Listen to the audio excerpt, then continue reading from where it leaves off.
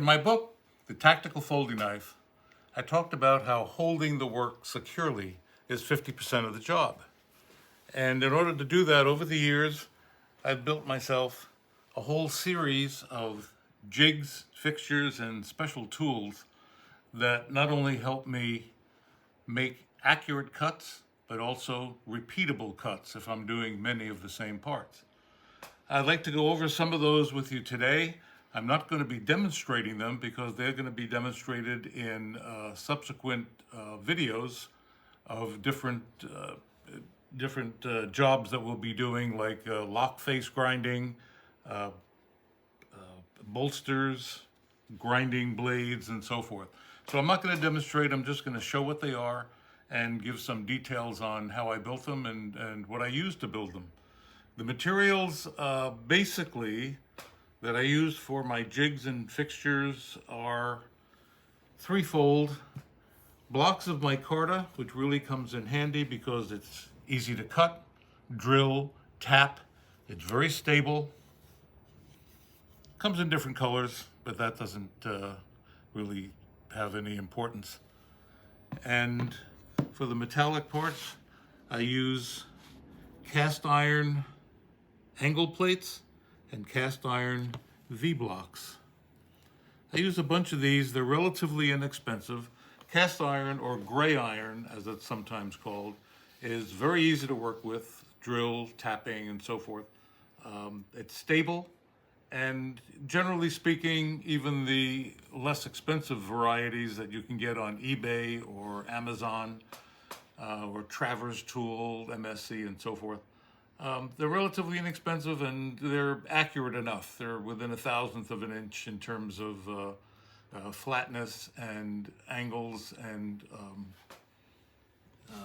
perpendicular.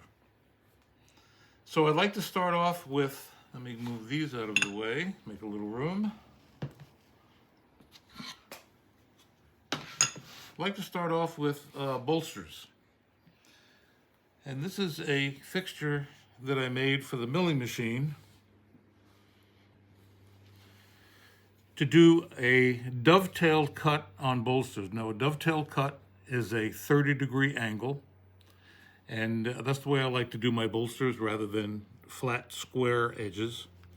And what I have is a plate up at the top that's movable up and down. And when it's in the up position, I can put the two bolsters, these are the two bolsters, left and right, do them both at the same time. I can move them up, and then when they're perfectly touching the plate at the top, I can tighten these bolts and lock the bolsters into the fixture. Then I'll move that out of the way, and the bolsters are now exposed. Remember, this is sitting on the milling machine. And then I'll use a square end mill. This happens to be carbide, and just run it slowly right across the bolsters and back, and just coming down maybe 10/1000ths at a time until I get the complete surface of a dovetail.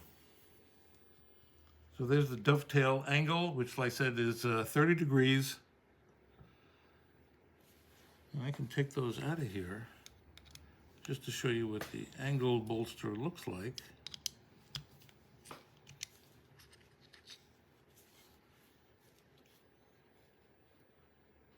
Are we getting that? Yes, we are. Very nice. So that's a 30-degree cut.